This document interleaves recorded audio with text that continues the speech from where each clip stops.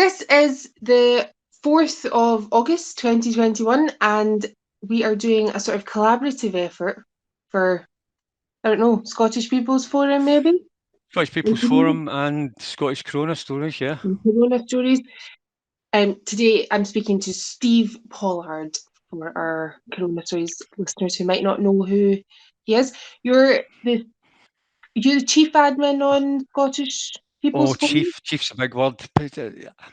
I think I started the group, Yeah. so I was the first admin, but all the kind of admins are equal in that respect. So we've got about seven admins in the group who sort of vet members, look at the posts, check that everything's going according to plan, and delete stuff if Facebook threatened to take us down if there's certain things that are there, which is quite annoying.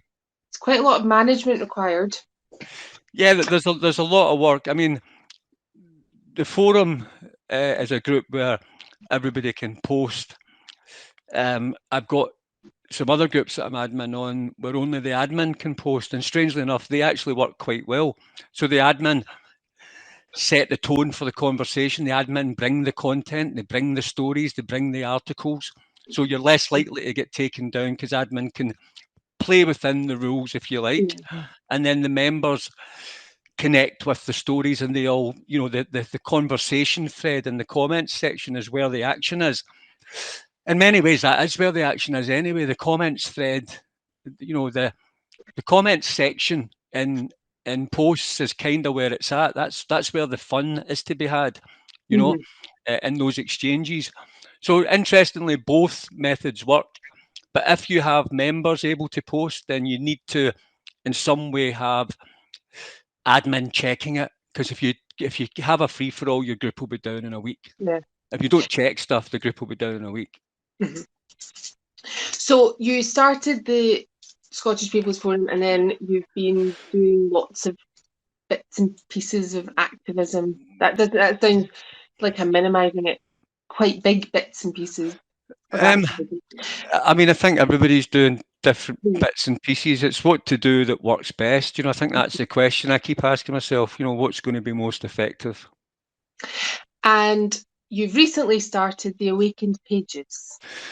Yes, I mean, being involved in pages for awakened, in inverted commas, businesses. Awakened consumers to be connected to awakened businesses. We chatted earlier about the sort of divide in society. I think people, I think this, what we would call conscious consumerism, for our community, if you like, if you want to say awakened. So yeah. Conscientious consumerism, why buy off Amazon? Why buy off McDonald's? Why buy off Starbucks when there's a local business there that you could give that money to? But even better, if it's an awakened local business, and we are talking about divides in society, then why not start supporting our businesses now? Why not allow them to survive and thrive? Because this market's going to get tough if there's more division. So the objective of Awakened Pages was to create a directory space and a group where the awakened businesses could be found throughout the UK, Christine, quite easily.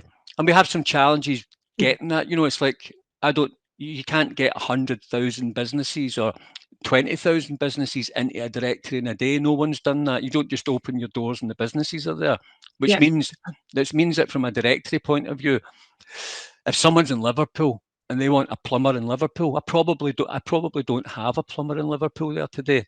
But give me 2 or 3 weeks and there'll be one there. So it's a sort of race against time. Customers, the awakened consumers want to spend their money with awakened businesses, and we want to get them in. And I've got a sort of little saying where I'm saying, every pound in your pocket is a protest pound, and your wallet is a weapon. And I think this sort of counter economics is part of a thrust to push back, and it's important with this divide that's coming up. Protests still very relevant. Petitions, people writing to their MPs. All of these things are very important. This sort of counter economic strategy is just another, another tool Yeah. that we can use. So you and I spoke, well, we speak often, but Yes. we spoke publicly in January when we did a live, I think it was January, we did a live interview thing. And at that time, I remember doing that video, and I remember we had a really nice chat and it was good fun.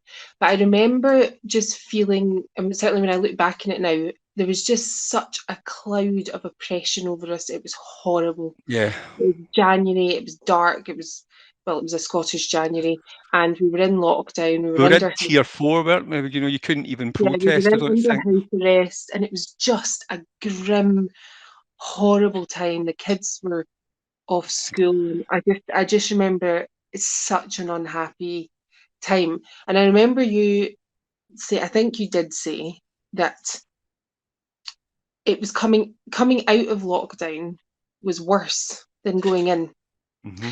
And I remember when you said that, I didn't disagree with you, but my heart sank a bit because I remember thinking, how could anything be worse than this? That as we are emerging now in August, and what is it, on August the 9th?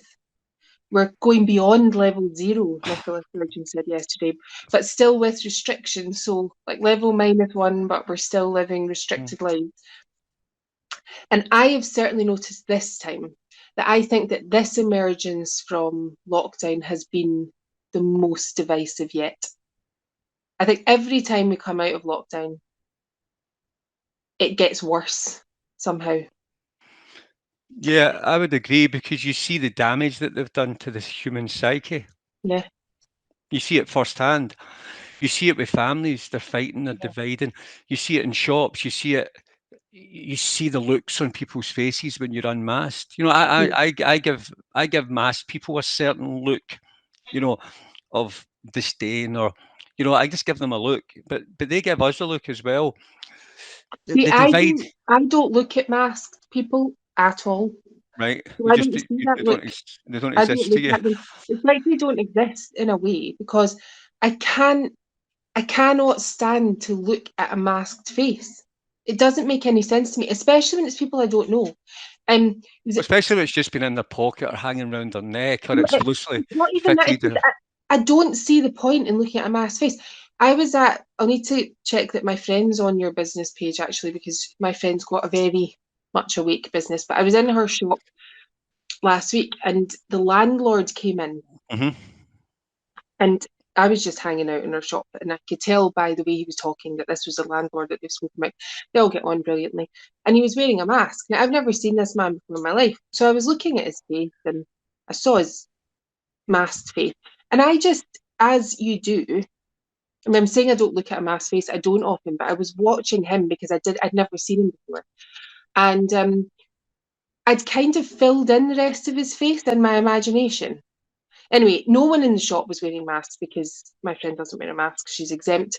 So he took his mask off eventually, and I was so surprised by what he looked like because the rest of his face didn't look like what I'd imagined. And I just thought, this is why I don't look at masked faces that I don't know, Yeah, because there's no point. yeah, And this is the thing that I really object to about masks and why I don't understand why people don't accept the damage that they do, because you need to see somebody's face yeah, in a 100%. face-to-face interaction. Otherwise, there's no point. It's like you're invisible in yourself, Yeah, you know? yeah, 100%. So anyway, I went on I could rant about masks for about 3 weeks solidly, probably. Well, the mask thing is a problem because I mean, obviously Scotland has decided, or the First Minister or our dear leader has decided that Scottish kids are Different to English kids. they're different. You know, it can affect them. You know, our kids are more likely to catch something, and they need to do things that they're English. So who's following the science here? You know, Nobody. But who's right? but the thing is, we know, and I'm going to just object a little bit to what you've said there, Steve, because what we need to stop, we need to stop acknowledging, or need to stop like accommodating the idea that masks do anything except control us socially, which the Spy B scientists who recommended them have come out and said openly. They've said masks were not about infection control, they were about behaviour control. Yeah. And so the question is, why does our First Minister want to control the behaviour of our children Yeah. like this? Yeah. For No, so long. I agree with that. Yeah. It's definitely not about health anyway, that's for sure. Yeah, we need to stop. We need to stop accommodating that idea at all, because it's just nonsense, and we've known that. This has been. If I thought that masks worked, I would wear Hmm. them. Yeah. Why do You you know, think then that there's not been a greater pushback by a lot of parents who would feel that it's not working and kids who feel it's not working? I mean, what percentage of people do you think believe it actually works, that a mask is going to protect them? I think probably 50%. I would probably agree with something like that. So the 50% who go through with it and they know it's a useless little piece of paper, it's a rag, it's not going to do anything, you might as well not have it on. They know that they're just complying and that Yeah, they're making their kids just comply. And now, if Sturgeon had said no masks for kids, they would be delighted, but they wouldn't be worried about their kid from a coronavirus point of view. You know, they wouldn't be worried about them. But because she's said it continues, they're going to accept it. Why no uproar? You know, why are they not now saying this isn't good enough? This has got but to end. I don't know, because it's quite difficult. I think that we're in, and this goes to the segregation thing that we're going to talk about a lot, I think, today. But we're in two completely different information channels now, Hmm. people. And I just cannot understand that there is anybody out there who's not aware. I can't believe that anybody is out there who's not aware of the debate about whether masks work or not. Hmm. And I think, I do believe that 95% of the population has now heard masks don't work. And Hmm. they probably know themselves from their own experience that masks don't work, because enough people now have caught SARS-CoV-2. Enough people have known somebody who's caught SARS-CoV-2. They know that masks don't make any difference. But the thing that has absolutely amazed me through this whole thing is the number of wrong things that people have in wrong practices that people have gone along with just because they're being told to. And just because it's not even like, we've spoken about it quite a lot on Corona Stories actually in the last few podcasts, but it's, people are like, wait, people are so afraid of death that, they'll go along with these bizarre rules and give up on living. But it's not even a fear of death. It's a fear of not going along with the crowd and being ridiculed or sneered at or looked at funny. And I just last week had an experience where a friend was saying to me, I don't know how you can not wear a mask. I just don't understand. I don't understand what you mean. So, like, when you go into a shop, because you have to wear a mask to go into a shop. So you go into a shop without wearing a mask. And I said, yeah, I just walk in, and like 9 times out of 10, nobody says anything at all. And then 1 time out of 10, someone will say, where's your mask? And I hate that question because I don't have a mask. So I say, I don't know where my mask is because I don't have one. I'm exempt. And normally people just back down. But I have had a few unpleasant experiences. But people imagine that there's this almost like a sort of physical barrier that you won't be able to get through if you've not got a mask on. And it's not like that. And if 30% of people would just take the damn things off their faces, then the whole thing would collapse. Yeah.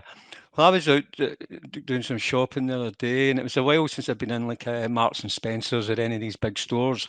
Mm-hmm. Everybody masked. I couldn't believe it. Yeah.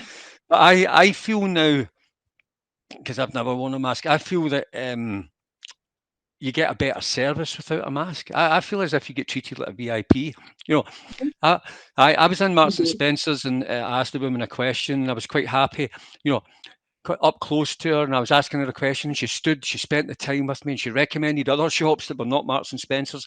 You know, I feel that you actually get a really good. Maybe they want you out the shop quick or something. I don't know, Maybe but it's just you, Steve. Maybe you've got a very I don't know. I I because I doubt it. keep But hearing, I've heard from quite a few people who say, I've not been wearing a mask through this whole thing. I have never been asked. And I find that really surprising because I've actually had quite a few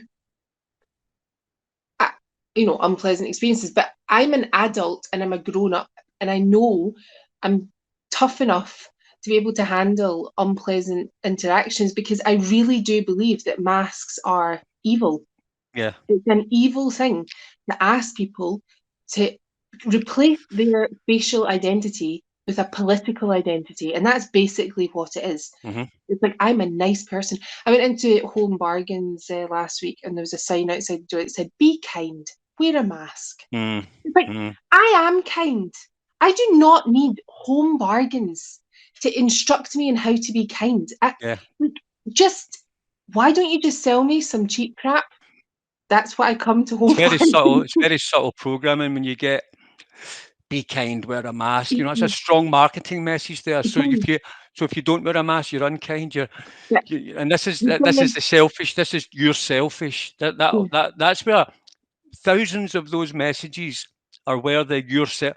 We often wonder how could they all gang up on us and call us and turning us with such anger, right? Mhm. And posts and things like that. Mhm. How could families be split over this and actually friendships be torn apart? You know, people unfriended by their mothers, their brothers, their sisters, their colleagues at work, you know, ostracized, alienated because of their views, being called selfish. Yeah. Why? It's thousands of those little messages. Be kind, wear a mask. It all goes in over and over again.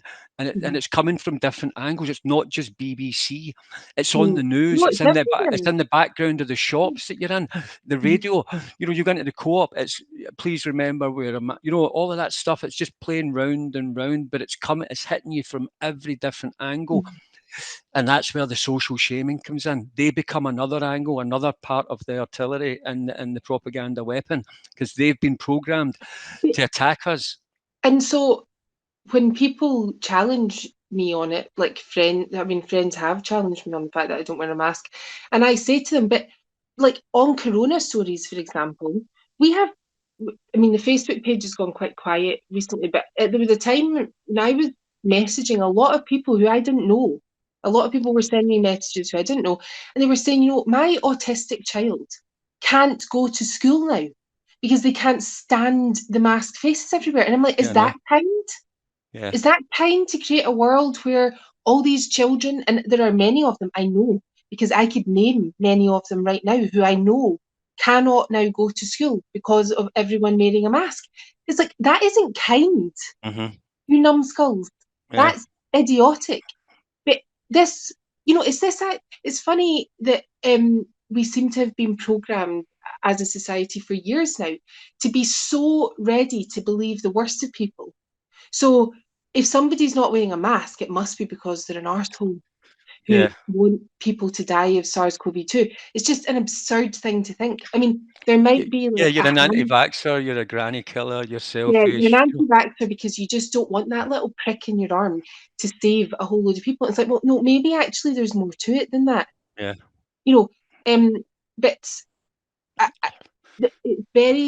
it's really very sad for people who, and actually I used to be guilty of it as well, like too ready to believe that people were racist, too ready to believe that they were sexist, too ready to believe that they were transphobic, too ready to believe that they were prepared to sacrifice the planet for driving their diesel car. All these stupid, um like overly simplistic moralistic attitudes that have been sort of drummed into us. And mm-hmm. this whole COVID thing has actually made me rethink so many things, because I now know a whole load of these horrible people who don't agree with COVID restrictions, who I know aren't horrible people at all. They're wonderful people who are very concerned about where society's going. They're prepared to put their necks on the line to speak up. And actually, they're the most incredibly kind people. And so this actually does lead us on to this segregation society, because we are getting to the point now where this has been going on so long. It's so hard to see the other side's point of view. Yeah, I would agree. It's very difficult to sit in company. Um, I mean, I had a group of friends there, um, almost certainly all double jabbed now, you would say. Um, don't get me wrong, most of my old friends from school are all of exactly the same opinion as me, which is quite strange. So we grew up and you know, and then I've got similar friends who are of the same age as me, but they're all together. And it's kind of birds of a feather flock together. Mm. I don't know what makes an awakened person be awake. I don't know what makes us impervious to the propaganda, but we're certainly not listening to it, and we're certainly speaking out against it, and we're certainly holding the line and, you know, standing in our truth, if you, as they say, you know, Yep. we're not going along with it, but others are. Now, I've got, as I said, I'll compare two groups of friends, my old friends from primary school who are still my best friends. We're all of the same opinion. You know, Okay. we grew up in a certain way in Glasgow. We came up, you know, rough upbringing. Most people for Glasgow have been in a few scuffles and all of that kind of stuff. You know, it's a, Mhm. so you grow up, you're in all sorts of bother together. You're in all sorts of good fun and parties and all the rest of it. But we never spoke about any. We were together. You know, right now we're all of the same opinion. Was it our upbringing? Was it because we all? Yeah, I've wondered about that. I don't know. I don't know why certain people pop up and have a different view. But I've got there is a sort of peer group pressure. This sort of lemmings, you know, sheep, as we Mhm. say. But I've got another group of friends who similar ages, and they're all masked up. They're all happy to do track and trace. They think any conversation on it, they want it shut down. If I want to talk about it in a group of say 6 or 7 guys, they want that conversation shut down. You know, you become the tinfoil Mm. hat wearing conspiracy theorist laughing stock. They don't want to talk about it, and now they're all double jabbed. Yeah.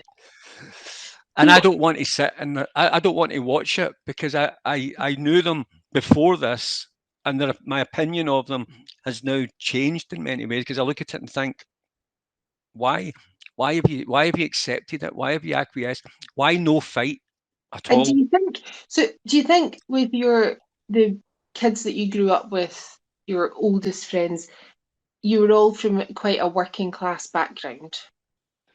Yeah, but these guys are much the same. Are There's they? no difference in many ways. The They're only not new difference middle is, class because you're a oh, bit. You're probably a bit new middle class, aren't you, Steve? oh, I wish I was. I think Um, you are. No, I No, wouldn't. I wouldn't say. No, no, I don't know. I don't. I wouldn't even class myself in no, I any don't like class that. just I now. hate label. I've It's always hard. hated.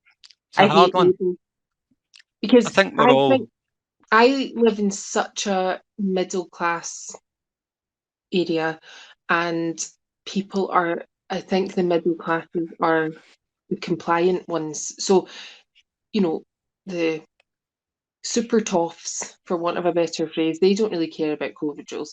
And tradespeople, that kind of Yeah, you'd be surprised though. It's funny. That's kind of the point I was making. Is I don't know what. It doesn't seem to be a class thing. You know, you go to no, Glasgow and it's all. No, I don't think so. I don't know what it is. I don't know what it is either, but you seem to get these like pockets. So where I live is very compliant. Yeah. And I'm very much, well, I mean, I've got a good group of friends, there's probably about 20 people who I'm, in regular contact with who think it's all a load of absolute nonsense. Is this But from groups like this, or is this from no, the groups, or is this like is? local people Yeah. is, and they've been a real comfort to me actually. Yeah, that would be that's a lot because a lot of people wouldn't have that Yeah. locally. You know, people have befriended people and made new connections and a network within these groups. So these groups are very valuable for people, Yeah. even if it is just an online experience. Uh, Christine, that ability to share, you know, you're not alone. People are still saying that. I'm so glad I've found this group, or I'm so Yeah. glad that you guys are here, or you know, it's nice to feel I'm not alone. Even this far down the line, they're still joining groups, and that's their Yeah. first comment. You know, I see it all the time in groups that I'm in. It That's must a It's desperately lonely, um, to have the concerns that we have, because our concerns are existential, you know, really grave concerns. And to have them alone is very lonely, I think. well, it's double trouble, isn't it? Because what we I mean, different people have got different views on where this agenda is going, and what if you don't believe, Agenda. yeah, if you don't believe the official narrative, and whatever, people have got different views on whether it's planned or whether it's just bad management or whether it's, a shit show of crap government or whatever way you want to look at it. But a lot of people believe that there's a plan behind this. And when you understand, for people of that opinion, it's very hard because you've got all the hassle of maybe not being able to run your business properly. You've got the pressure, the social pressures of not wanting to take the jab and all the rest of it. But you've also got the pressure of believing what you believe and where this is going for yourself, for your children, for the future of society, for the very fabric of society, for your freedoms, for your personal rights in the future. We've got that to carry as well, on top of all of the other. See, ignorance is bliss, Christine, for a lot of these people who, Yeah. they're struggling with the stress of COVID, but they believe that they see an outcome. The government will get us there at the end. We're saying the government's taking us there before a lot of us believe. And that pressure, that's a lot for a lot of people to take. So we're under a lot of pressure, but I think we're quite robust, and I think we're quite hardy people who are cut I from think this we are. cloth. I think we are, and I think we're able to take it. And I think we need to. I did a thing, a guy on Facebook this morning. It was really interesting, really, really interesting. A guy, I won't mention his name because he might not want me to, but he's a guy that a lot of people know on Facebook, and he was doing a little meditation session at 8:30 this morning, and Okay. and it was lovely outside and sunny, and I had a break in the action, and I thought, I'm going to do this, and I sat and I joined in, and a lot of it was about. I think he pitched it perfectly to our audience, right? And I would advise people to do this meditation. It's amazing. So he was talking about breathing. So just getting connecting to your breathing, and he kept saying, "Now your mind's going to wander. You're going to wander to the problems of the day, or you're going to relive yesterday's arguments." And sure enough, I'm sitting there and I'm trying to do what he's telling me, focus on my breathing and sit upright and blah blah blah. And I'm relaxing into it, and my mind's racing off to something else. And he's bring it back, focus on the breathing. So and then he's 5 minutes later he's talking. Now your mind's probably drifting away again. It's away and it's on to the next task. And he was correct. My mind was all over the shop. You know, Mm-hmm. bring it back to the breathing. I think if you did that every day, our minds are racing with this stuff all the time. You've got a post idea, you're Yeah. you're debating with someone on your phone's pinging every 2 seconds because somebody's chatting to you and all the rest of it. You try to get on with your life and you're glued to your phone. You know, these are all stressful things. That was a break away from it. And actually, one of the reasons I did this Awaken Pages thing, and just to discuss this, I posted in your group on it the other day. Awaken Pages was an idea to connect awakened consumers with awakened businesses. We've talked on this, so I've spent a lot of time and money over the last 30 years learning how to create business procedures and sell things and marketing, sales, customer service. And then when the internet came out, I was one of the first businesses on the internet. So I've been on the internet since Oh, it started. I'm very good on that side. So I thought there's a gap here. If we can get the awakened businesses connected to the awakened consumers, this segregation that's coming, well, we'll create our own boom for ourselves. We don't need to spend money with Amazon. Any of us spending money with Amazon, it is soulless, a soulless organization. Big, huge boxes arrive with a tiny wee thing in it. It's a waste of everything. yeah. Um, it's been a lot of the products are maybe made unethically with kids and younger kids in different parts of the world. You don't know what you're getting, and you're funding Jeff Bezos and you're funding the other side. Okay. The Now, Washington Post. absolutely.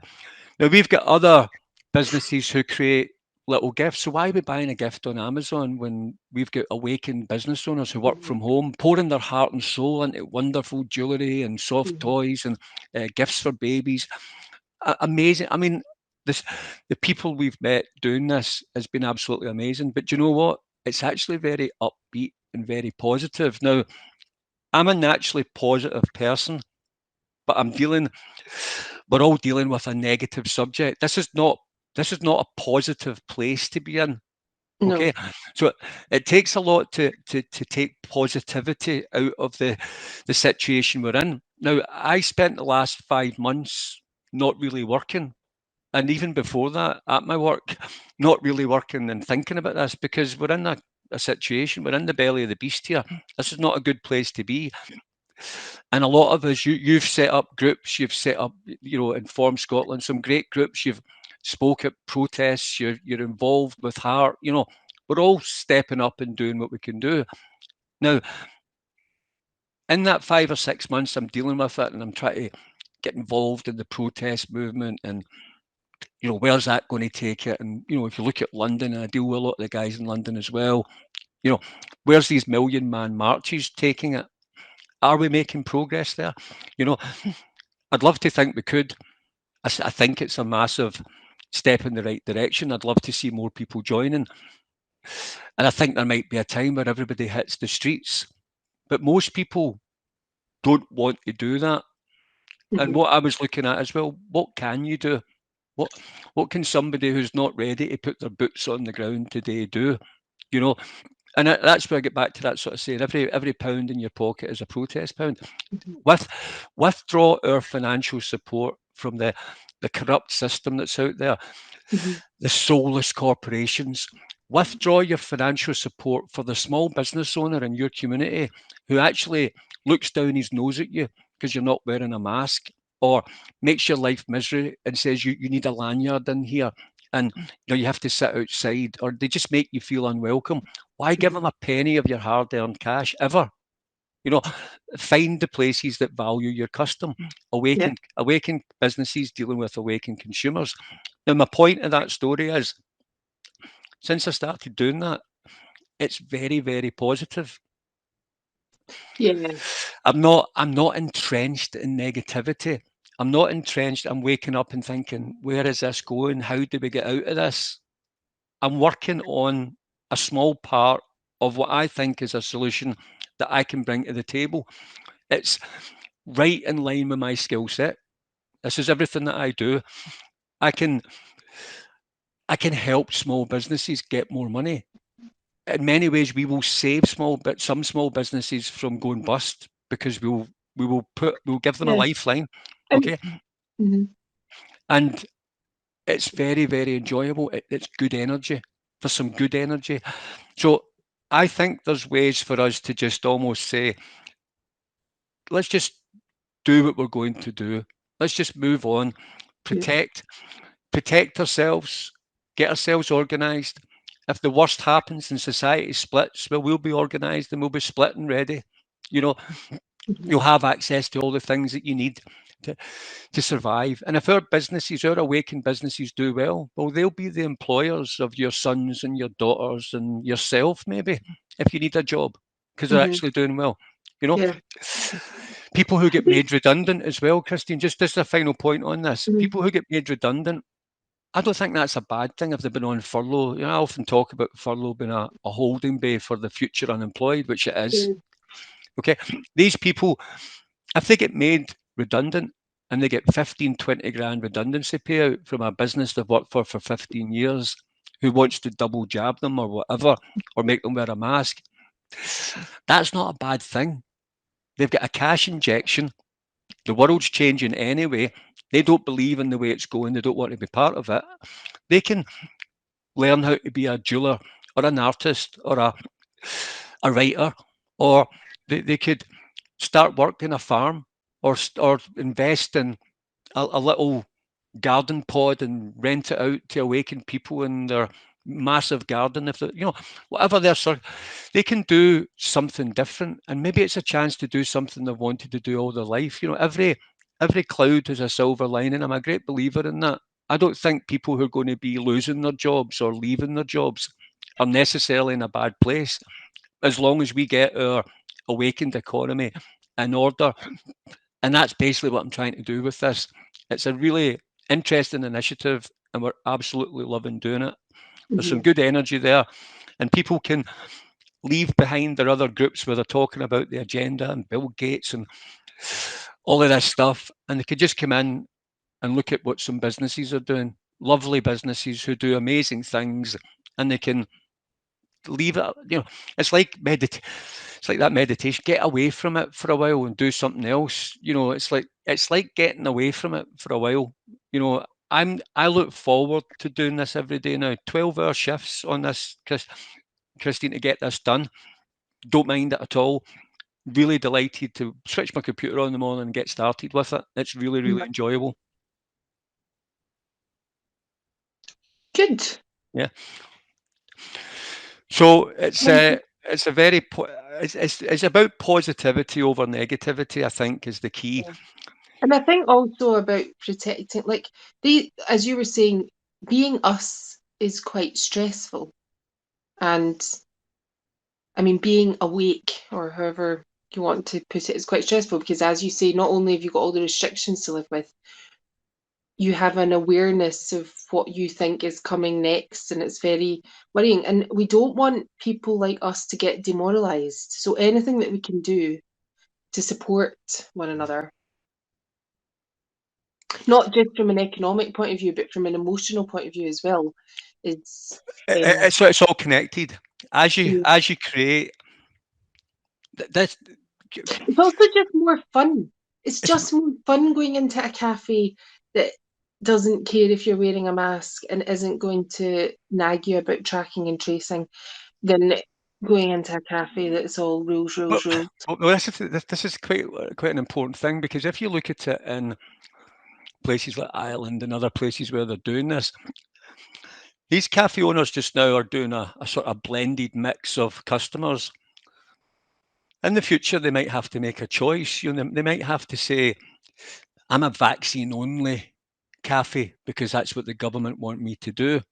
Okay, that means you have to be vaccinated as well, Mr. Cafe owner, because your customers aren't going to come in to a safe, a safe, fully vaccinated area if you and your staff are not vaccinated. So you're going to have to take that decision if that's what you want to do.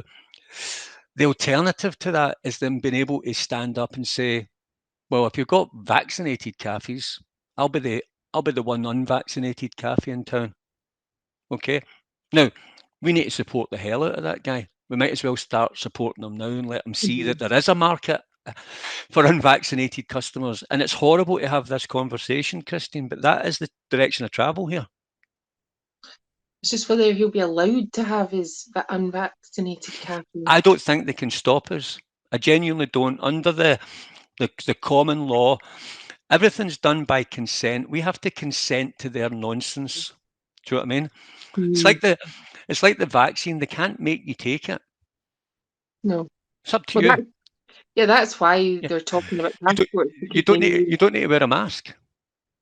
no, I know, I don't. No, but I'm saying people don't need to I wear a know mask. that's my point. People are doing it and they don't even need to do it. Yeah, they don't need to do it. Mm, There's a million very good reasons why they don't need to do yeah. it. And actually there's people wearing masks who are genuinely exempt, and they could Well, be I've walking. always said this. The list of exemptions for wearing a mask is very long. You should see lots of people not wearing masks out there, and you don't I know. because people feel pressured and bullied and coerced into wearing them, which is so wrong. But And that's I was just going to say that the government are at fault there, because if they really cared about the people, they should be making sure that there's nobody wearing a mask who's genuinely exempt. They should be yeah, hammering the, yeah, they should have TV adverts to say, okay, we're doing an advert tonight to say, and remember, you are exempt if this. Where's your marketing budget there if you care about the people? Because if I don't need to wear a mask because I'm exempt, okay, why? Would wearing a mask damage me in some way? Yes, that's why we give you an exemption. You don't need to wear it because it's not good for you. Okay. Well, if you value people's health, go and find everybody who's wearing a mask who hasn't got that message. We've got your message about getting vaccinated because we get it 24/7. Okay.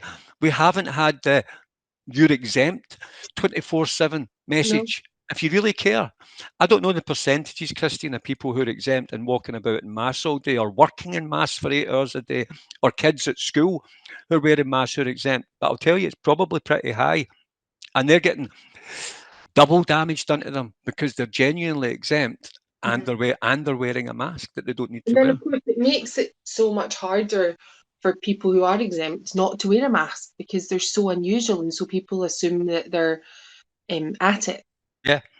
you know. And but I mean, one of the reasons not to wear a mask is if it causes you excessive distress. Uh, Well, you've masks got cause me, pick a reason and run with it. yeah, well, masks cause me distress because I know that my government is trying to control my behaviour. And for me, this is a profound ideological problem because Yep. I don't want my government controlling my behaviour. My behaviour is fine. I don't need any help with my behaviour from Boris Johnson or Nicola Sturgeon. I think they need help with their behaviour. I mean, I'm like married. I don't have any affair. I've never had any affairs with anybody. I've been married for 16 years. I've got two well-behaved, lovely children. Mhm. I pay my tax bills, pay my council tax. I'm a fine, upstanding citizen. Why the hell would I need help from Boris Johnson or Nicola Sturgeon in how to behave? I don't. Well, this is the other thing. When you look at it during lockdown, um, I hate even the word lockdown. I don't, You and know, I I well, hate even. I'm calling it house arrest now. Well, it is house arrest. Yeah. When we were in house arrest, When we were in house arrest, alcohol consumption went up. Again, this is not about your health. no. There's lots of evidence of this. Alcohol consumption went up by 30%. Now, as a nation, Britain was already at the dangerous levels of drinking. You know, Mhm. Scotland in particular, right? We could be heavy drinkers of all ages, you know, to, that would affect our health. So we already, as a nation, drank to an extent that affected our health. Now, instead of the pints and the people have only got so much money. So when the pubs were shut, they're buying more alcohol. Alcohol consumption went up by 30%. Now, Yeah. the NHS should have had 24/7 adverts to say, come on, guys, you're going to do your livers some damage. We're going to have to flatten the curve. If you guys are drinking this much, we're going to have to Yeah. flatten a future curve of all the damage, the depression, you know, there'll be people who had almost stopped drinking or Yeah. had really stopped drinking, and the house arrest, alcohol just taps on your shoulder and says, "What about a wee drink tonight?" Would that not Mm. just be, you're stuck in your house, you've had a bad day, and sit and watch a movie and open a can. Now these people who had got on top of their alcoholism are now back drinking again. Okay, nothing from your caring NHS to stop you. No adverts, And not one. in 10 years' time, we will reap the disasters from that. Because but the thing is, as well, I remember I was concerned about this in the first lockdown. You know, when we were locked down for like 3 months or whatever it ended up being, I was like, well, this is not great for people's health, and it's so stressful, and you're basically under arrest, and just a horrible time. People were drinking a lot then, but this has now been going on for 18 months. Well, this is You- maybe where some of the anger comes from, Christine. But You know, you're talking, but the point is that all these unhealthy behaviours, we've now been doing them for 18 months. Now, it is very hard to change behaviour that you've been engaging in for well, 18 months. only takes 30 days to form a habit. So that your current Exactly. consumption of alcohol is a habit you developed during this house arrest, and it's over the top. Yeah, You know, yeah. people are skilling So, bottles of wine that the midweek. I've been in Zoom meetings with guys midweek, and I've seen them drinking beers. yeah, They would never have been doing that at work. So there's an no, extra couple yeah. of units here, there, and everywhere. Mhm. It's It's absolutely terrible. I huge. mean, the health, what we are um, sitting in what do you call it, a holding bay. Furlough was a holding bay for unemployment. It's a Well, holding bay for the future unemployed. Yep. yeah, well, what we are sitting in right now is a holding bay for a health catastrophe. And I don't think I'm overstating that. Between, the long-term effects of COVID, which I think I think we do have some concerns about that now, that this spike protein in COVID looks like it might cause some people really long-term damage. I think we might start to see some of that coming through soon. The vaccines do not look good. Mm-hmm. We never find out any good news from the vaccines whenever they do any sort of research into it. We're finding that the spike protein is everywhere in vaccinated people's physiology, which is terrible news, and they seem to be producing it for a very long time. We've got all this excessive alcohol consumption. We've had people in their homes far too much over the last year and a half, so their Mm-hmm. vitamin D is going to be really low, which is terrible for your health. People's diets have deteriorated, which already in Scotland was terrible. Absolutely. And then there's also it really is actually quite difficult to find joy in life now in Scotland. Scotland has become a joyless place.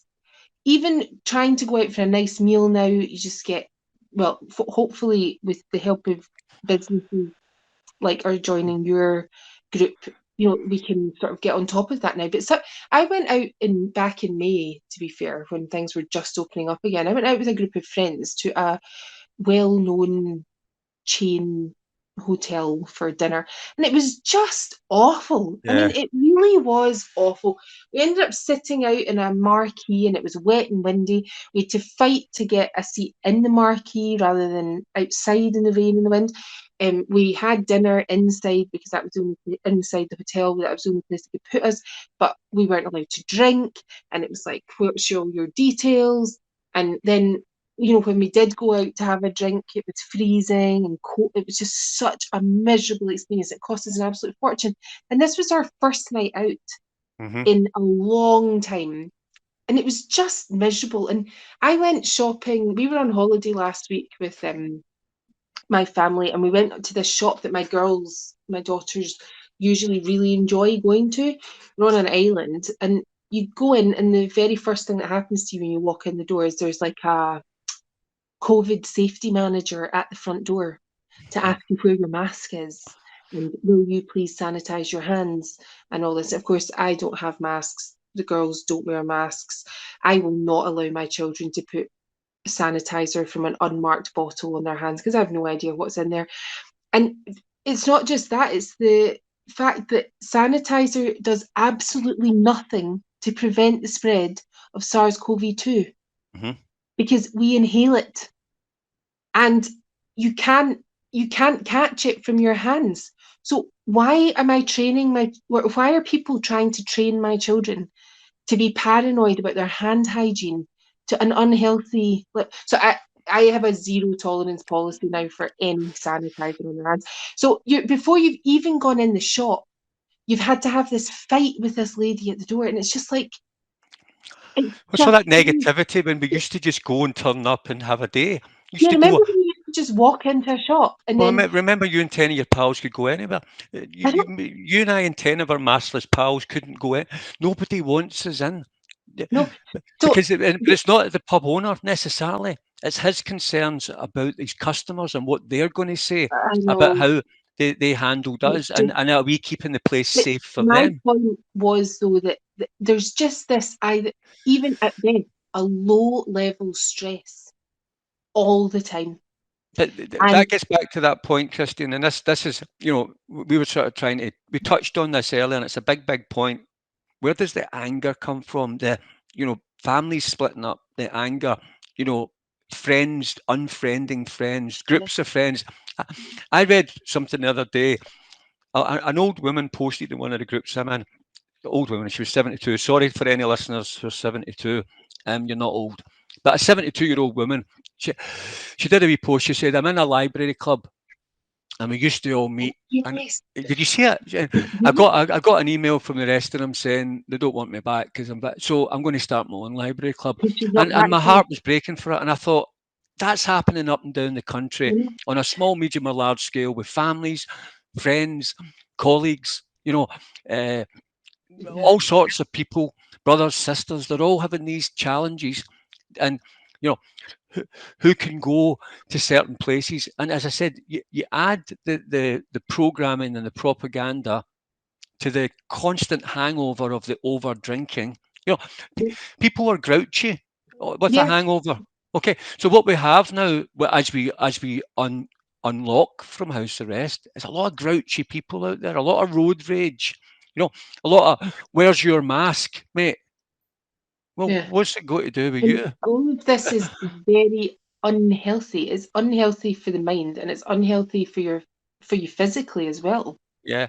But I And think that's by design. I think they know what they have to do to get us at each other's throats. I think they know how to weaken the psyche to get the behavior levels they want, both from a physical point of view, for example, the alcohol overconsumption, the food, a mental point of view, the lockdown, the news, the propaganda, the way it's delivered, and then you've got the rules and regulations as you open up and who's obeying them, who's not. And this, you're anti-vax, you're mm, obeying the rules, you're a good guy, and I'm better than you because I'm wearing 2 masks and I'm a better person than you, and you're scum of the earth. Okay, and they're going to look down on each other. I'll give you a stupid example. Where I live just now, it's a lovely place, and the neighbours all cut their grass out the front and out the back. And when you see your neighbour cutting their grass, you think, I'm due to cut my grass now as well, because I have to keep up with the Joneses. But I usually leave it a wee bit later than everybody else. I like to be last away, you know. But one cuts his grass, next one cuts his grass. But they're all keeping up with the Joneses. As I said, I'll let mine grow a little bit longer than most, and then I'll go out and just, which I did yesterday. But that's the kind of programming, you know, the keeping up with the Joneses. It's a powerful, powerful thing. Yeah, it's really, really powerful. And the social shaming. He- Helen Watford Gray did a brilliant interview in Manchester the other day. Did you see it? She spoke in yeah. Manchester. It was absolutely Mhm. brilliant. And she made a very small point, but a very powerful point about somebody who was saying to her in her local town, I read all your posts and your blogs. I love it. But I just can't press like because of my job. Now, now people think that they read our stuff, they can't press like because their friends will see it. Now, take that plunge, see if you can't press like, you know, make that your protest today. Find a post that you agree with and like the Mhm. damn thing. It can be quite because a lot of my friends, my former friends or old friends who are Your no, Facebook's hardcore. It's good. You come out. You're standing up on Facebook. It's very, very good. I stand up in real life too. You stand up in real Um, life too, absolutely, but 100%. But your Facebook my Facebook is good. it's intense, but I am using it for like I think that some of my ex friends think that I'm just being a dick, but Well, I'm not really. Your Facebook posting strategy has created the divide with your friends. Yeah. Yeah. It's it's probably mainly not so much your position on things, but mainly your Facebook posting strategy, because they're reading it and they know it's hardcore, and over time they're thinking that's completely the opposite of what they're thinking just now, and you're ballsy with it, and they don't like it. Mm, well, they don't like it, but I was saying the last time I had a conversation with one of these people that I'm speaking about, I said to her, "I'm not really talking to you though." Um, and it is amazing. You can post like 25 posts, and just the normal people, the people that you would expect, like it. And then on the 26th time, an unexpected person likes it. And it's just very interesting. Also, like some people who never react in any way, they don't comment, they don't react. They'll talk to me about my Facebook post, and I'm like, oh, you're looking at that, and you're Mhm. and one of the reasons I think that I am like I didn't start out really strong on my Facebook post, but I think I probably started in about October, November last year when I was very, very sure that I was right. And one of the reasons that I am so strong in it is because I want to demonstrate to people, I want to be that I'm actually really starting to bore myself on my Facebook posts now because I've just been saying the same things now for like 10 months. But they're the same things because they're still true. Yeah. And the thing is, what we're saying, the skeptics, isn't changing because it's the truth, and the truth doesn't change. And I think what we're going through now, because I have detected a lot of tension and segregation in society. I think people are kind of self-segregating now. And it's partly because the people on the other side who were all pro-masks and why are these scumbags not getting vaccinated, you know, that type of person, they're starting to see now that we have been right. And that's very difficult for them. And they're resisting. I think yeah, I'd love to think that. I think some are. I think it's small. Yeah.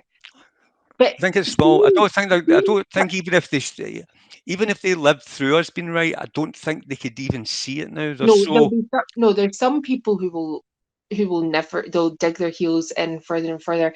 And I know who I think those people are who I know. And really, I'm sorry for them because they're just going to be living a lie. But I think in 10 years' time, it will be very hard to find anybody who's willing to admit that they were pro-lockdown. Mhm. And it's embarrassing for people. I remember being embarrassed. I'm embarrassed about the way I behaved during lockdown one because I was super compliant and I got very cross with people who weren't. And I've actually had to go and apologise to some people for being an absolute dick. It's embarrassing. And you think, oh God, how could I have been so fooled by that? And I should have thought more critically. And The first you sort know, of 3 week thing, the propaganda was so heavy, and yeah, the yeah, messages, go home, stay home, and these kind of messages. At 5 o'clock they're going to tell you, and everybody. I remember that first lockdown. You're looking out the house, and everybody's walking about in this zombie-like state as they're running about getting their groceries, and they're getting ready to be locked in their house for the first time ever in their lives as a nation. We're getting yeah. ready to be locked down, and I'm watching society adapt to it, and they weren't really. They were just going with it. They were scared because of the Well, propaganda. there was a novelty aspect to it, and I think also I did genuinely believe I've got lots of people who are very important to me who are elderly. And I was very concerned that I was going to lose a lot of them. I thought I would lose friends. You know, I was really scared that I was going to know a lot of people who would die. Yep. But even if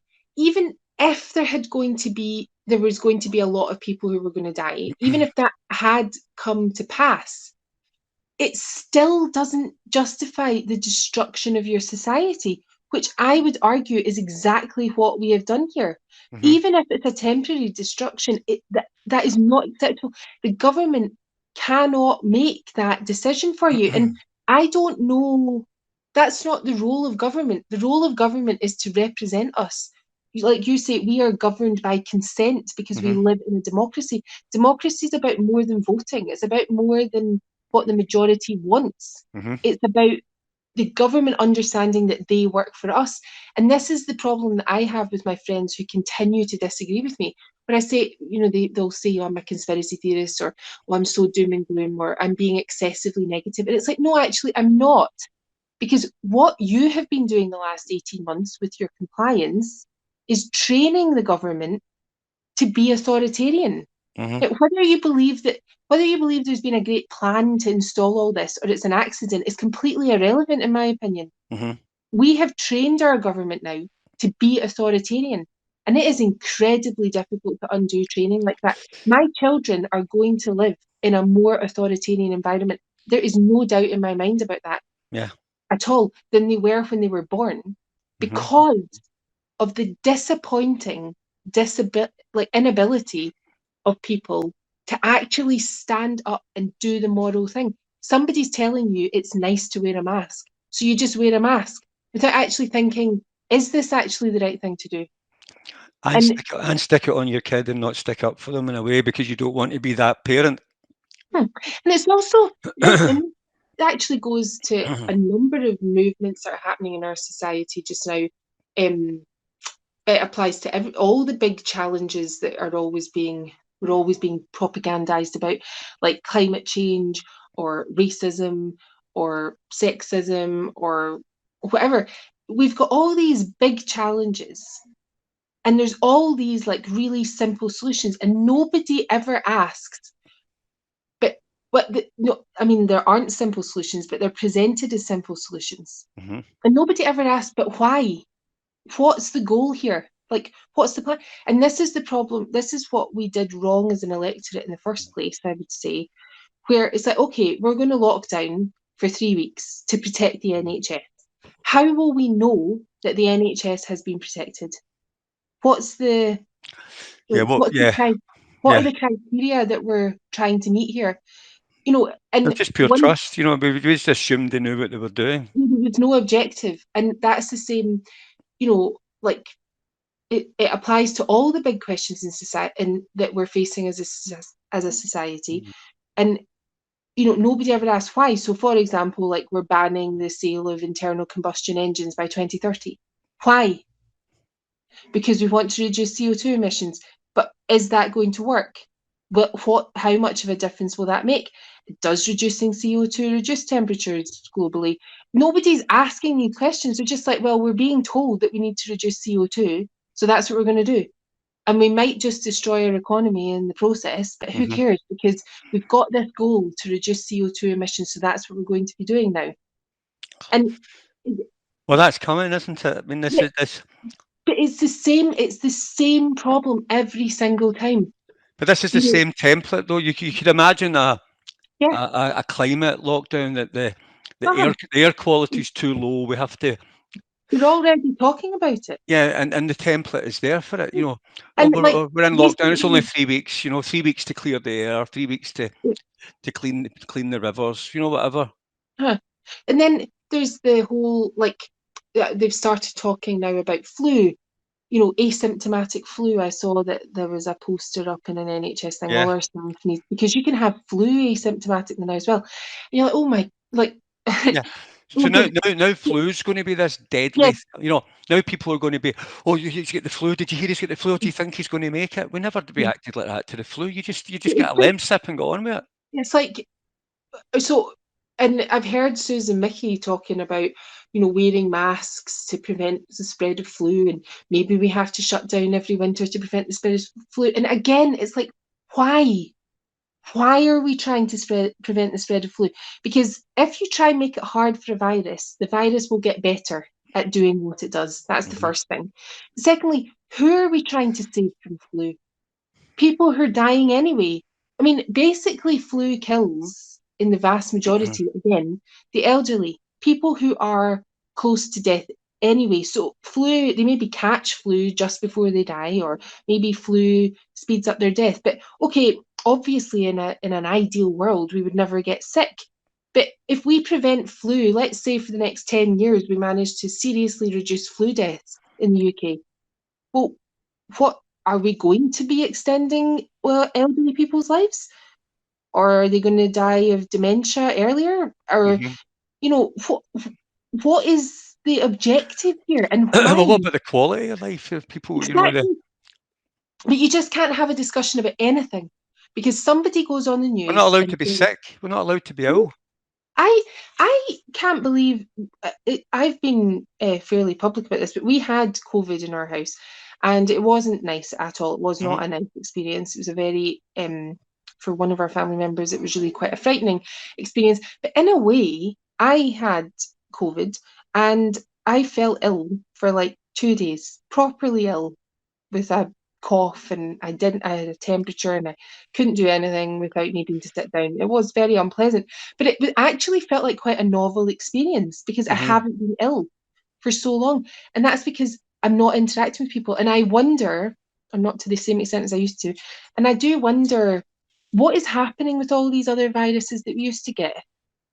Like, where have they gone? Because I Hmm. don't believe they've gone. I believe they're probably evolving to get better at spreading. But you know, if you don't challenge your immune system, then it will get poorer at what it does, and it will start to be dysfunctional. It's just like we just have this crazy thing going on now, and it's because there's a lack of discussion and there's a constant censorship going on.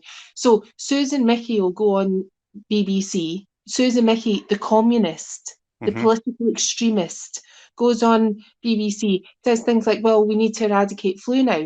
And because nobody can have a conversation about it, nobody can debate her, this becomes the new moral standard. Yeah. We all have to work together now to Yeah. eradicate flu. Yeah. And if you've got the flu, people, you used to get it. We've lived with the flu our whole lives. Yeah. It's never been a big deal. We've never shut down the world. We've never changed our freedoms. No. We've never ruined our businesses,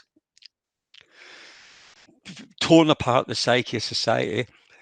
We are just about to do that for the flu this coming winter. We are just, and this template is the template that's going to turn the flu into the most terrifying thing you've ever seen, and it's the same flu you've lived with your whole adult life, your whole life, And flu can make people really ill. I've had flu, and again, it was very unpleasant. But man flu, you should try man flu. That's the worst of them all. You and I have spoken about that before. It's the worst. But the other question, of course, I mean, there's quite a lot of discussion, I believe, in medical circles now about how they're seeing children in hospital who are completely immunodysfunctional.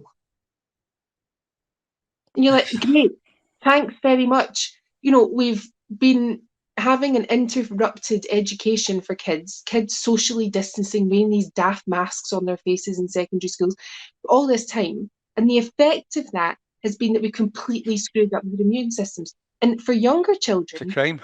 For young children, there's a very good chance that is going to follow them around for the rest of their life.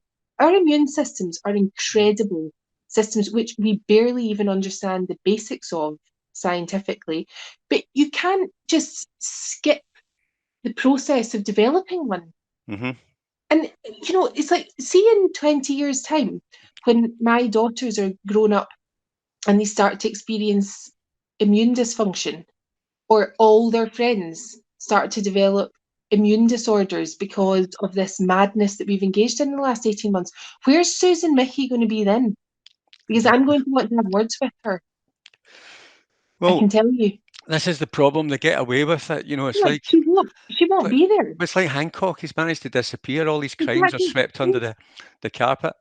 Now, you and I better watch our time, because I know both of us have got other meetings. I don't have another meeting. I'm going out for coffee. All right. Well, I've got another meeting.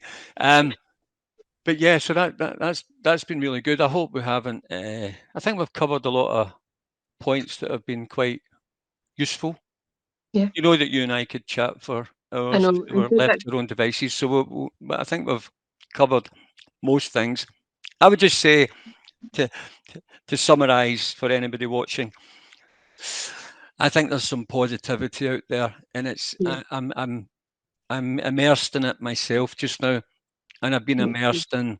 I can see now that I was immersed in negativity, because it's a very negative thing, and I was trying to find positive solutions to the negative stuff, but I'm immersed in a positive way to push back just now. And you're quite right, because what we have to accept, looking at the other side, the fact that we have to accept on the skeptics side is that a lot of people either want or are okay with this stuff. And yeah, they would say, don't give them NHS treatment anymore. They should lose their jobs. They shouldn't be. A lot of them are different variations. I think the thing that's surprising us all is that we are realising that there are actually a lot of people out there with authoritarian tendencies, or people who are quite tolerant of authoritarianism. But the fact is that it's no fun. And the best way to try and overcome it is to show people what it's like to go to a restaurant that's chilled out. And yeah, so what you're doing is really powerful, and I think people are already seeking it out. Like if I go to a shop and they're horrible to me, I just don't go back. That's it. Yeah. I'm done. And what I'm finding is there's plenty of other places to go, and it's just so nice to go to a cafe where they behave normally. Yes, it's Like great, they, and they can still do it within the rules. The problem is, and this is the problem, all we're wanting to seek out is places that are actually following the government guidelines. No mask, yeah, we don't ask. You don't need to yeah, wear a lanyard. That's the rules. We're having problems with companies who are actually breaking the law, Christine. That's what makes it even worse. They're, they're chasing some of our members out the door. well, And you've got exactly, that's big the bully reason. stewards at the front of the Mhm. door, enforcing mask policies which are unlawful if you Yeah. are to believe that these rules are correct. So we're just looking for people who do, but they're not doing anything wrong. All they're Mhm. doing is they're There's properly obeying the laid down rules. I don't like them obeying anything, no, but they have to. Sorry, someone's just and said that is that. the thing, isn't it? Like, so much of the stuff that we're is being forced upon us Hmm. by business owners. Business owners are doing it But the themselves. government have subtly outsourced it. It's like the Yeah, nightclubs. It's but and it's some of them not. are to curry favour with the government. The big chains are saying, "Look at me, I'm playing ball." Yeah, We're super compliant. and the stupid thing about that is the government doesn't care. But a lot of these things that are being enforced on us are not law.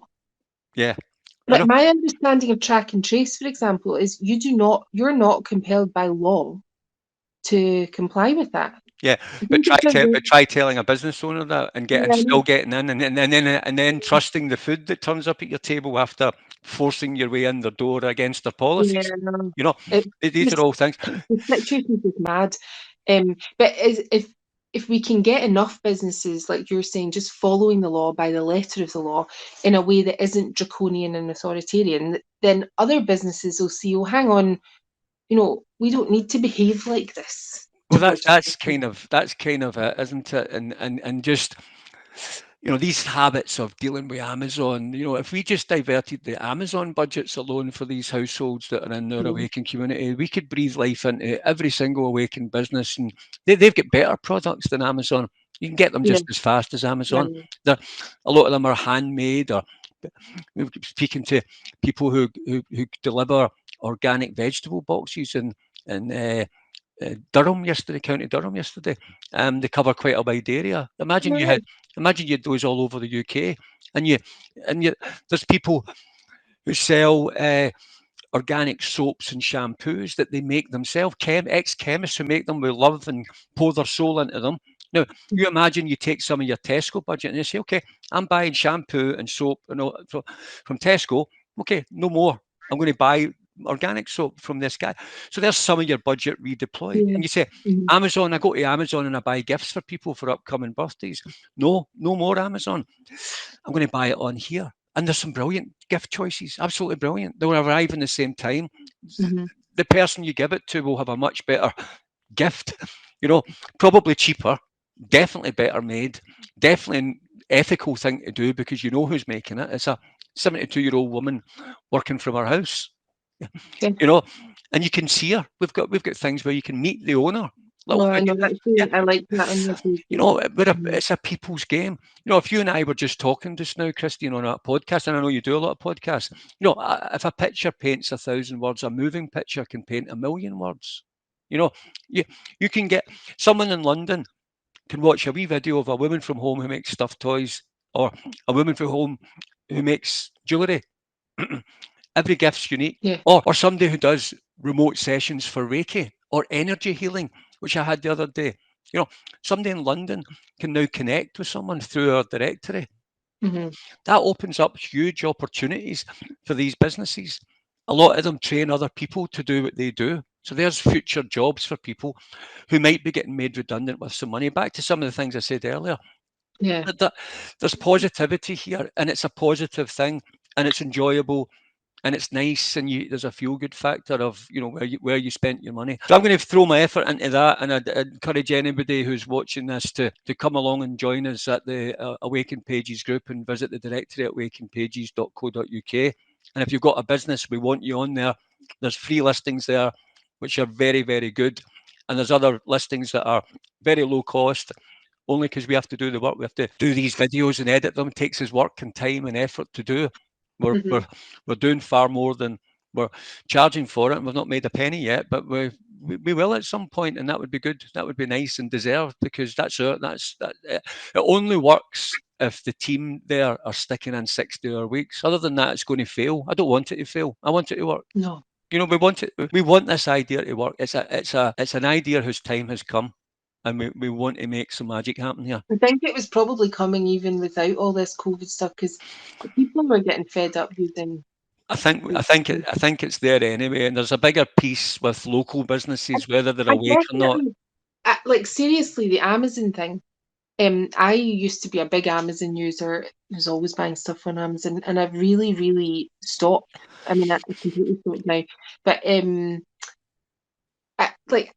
the media has just been so corrupt during this whole thing, and people are going to get wind of that. They are. I think the majority of people are now accepting that there's been big corruption in the media, and they're not. You don't want to support Jeff Bezos, who's got all this money and he's got all this media control. It's just wrong. Yeah. I mean, we've said this before on Game Stories podcast that you get all these, like the Washington Post, for example, has been very pro-lockdown. I wonder why that is. Yeah, I know. Because Bezos made a fortune during lockdown. exactly. Same with Facebook. I mean, Facebook don't want lockdown to go away because Facebook has never been so well used. Exactly. Or not well used necessarily, but so much used. And they're just getting more and more power and control over us. But particularly with the consumer side of things, people don't want to use Amazon anymore. They're done. They're fed up. Yeah, they're ready to switch, but where do they switch to, and where do they find them? Yeah. And that's the challenge. And there's other directories out there, and we'll be working with other business groups as well to achieve it's that. It's an absolutely brilliant idea. Well done with it. It's something I can get behind. It's something I can get my teeth into. We will make it happen. We will make it happen. It's going to be very good. It's going to be a good experience. Wonderful experiences away. Really, really wonderful. I've tested some of the services. I was at a wedding on Saturday, actually. I saw my awakened friend who's in the group. He hired an awakened wedding band for his wedding from the directory. And I saw the product. I danced to the product in real life. It was amazing. It was absolutely amazing. That was it in real life. Ideas in action. Christine, really ideas in action and positivity, and really, really good. But listen, that was really great. So thank you for inviting me along today. Thanks so much for it's a coming pleasure. on. Anytime you want to chat. Over, just 35 minutes over our time limit. We were always going to go over, but that was fine.